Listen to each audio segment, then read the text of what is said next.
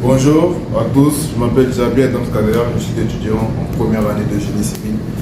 Aujourd'hui, je vais faire cette vidéo pour vous parler du béton, de son utilisation, de sa fabrication, de différents bétons qu'on peut utiliser pour différents ouvrages.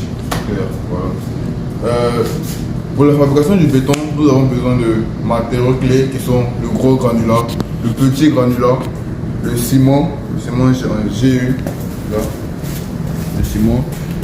Ensuite, nous aurons besoin du petit granulat et du gros granulat. Ok. Avec évidemment de l'eau qui va permettre d'avoir une réaction d'hydratation du béton.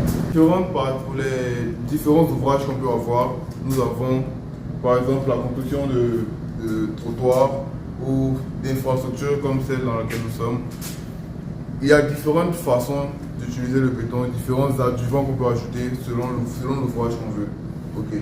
Par exemple, pour le béton bitumineux qui va servir à la construction de trottoirs ou de voiries, on va utiliser un entraîneur d'air qui va permettre au béton de résister plus longtemps au phénomène de gel-dégel.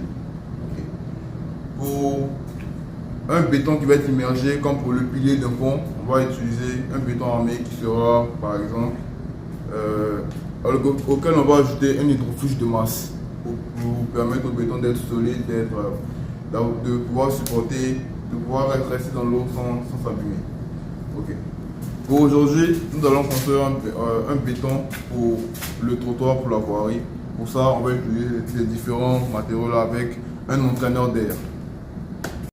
Ok, un entraîneur d'air comme celui qui est là devant vous, là maintenant, qui sert principalement à créer des bulles d'air dans le béton.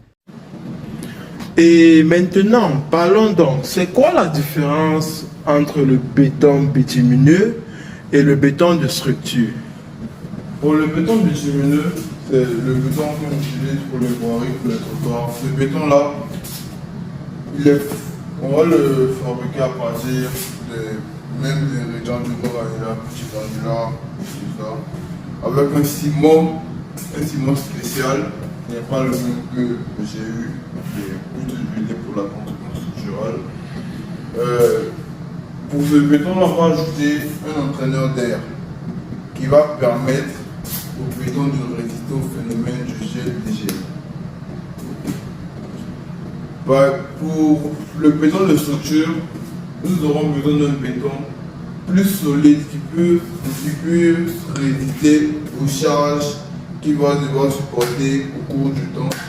Pour ce béton-là, on va devoir avoir un béton plus robuste, plus solide. On va utiliser un ciment différent, un ciment qui pourra apporter à notre béton plus de résistance en termes d'MPa.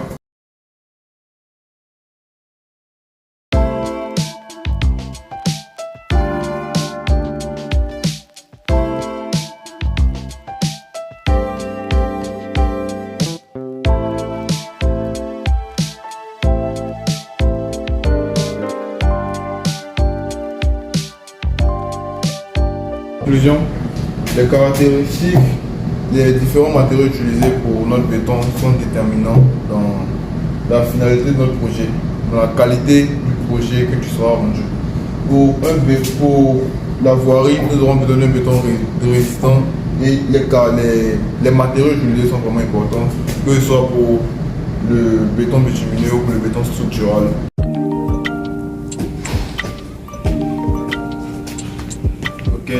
Merci à vous d'avoir regardé ma vidéo. Je vous invite à liker, commenter, partager le plus possible. Merci.